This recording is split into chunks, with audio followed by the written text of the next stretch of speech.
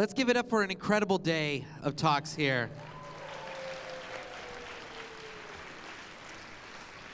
And give it up to you guys, too. Thanks so much. It's been an incredible, a lot to take in.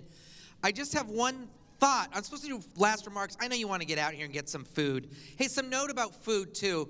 There are some of you that are going to the dinners, and that's awesome. But for those of you that are not going to the dinners, you have somewhere communally to go, which is we've set up this Shadow Summit at the Judson Church. So there'll be drinks and stuff for you where you can hang out. So you may, in fact, have a better time than the other people. We don't know. It's a horse race. We'll find out tomorrow. You know what's crazy about this year's summit? This is what I was just thinking. I mean, when the first year we did the summit, it was really art worldy. You know, we had like people, known names from the art world gave talks, and it was like, this thing called doing politics in public space is legitimate. And then we tried to prove that. That was task one. It's 5 years later, and we've really tried to get, interdisciplinary, which I think you saw happening here, on the question of the production of the city, architecture, urban planning, mayors, activist artists, crazy artists, a motley crew.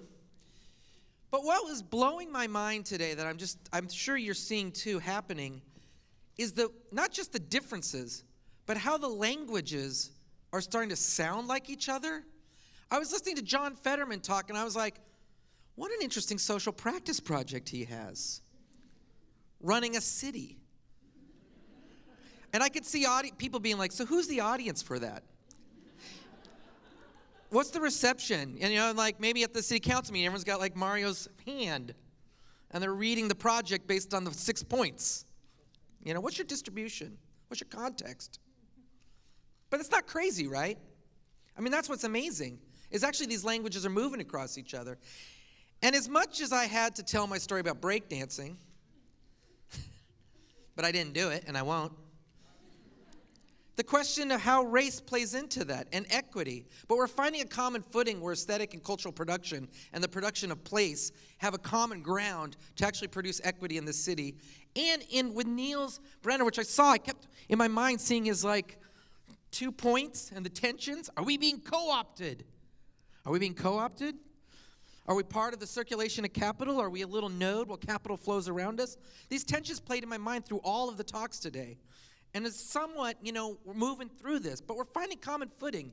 So in thinking about this thing tomorrow, I find it really inspiring. I know, sometimes people critique that we're a little too positive here, so I'll be a downer. No. But I think what's amazing is that what's impressive is that the language for thinking about the radicality, the Lefebvrean project of the radicality of cultural production moved across space in a global context is happening. That's a radical shift from 5 years ago where we had to legitimate ourselves in the art world. So God bless, that's incredible. That's progress.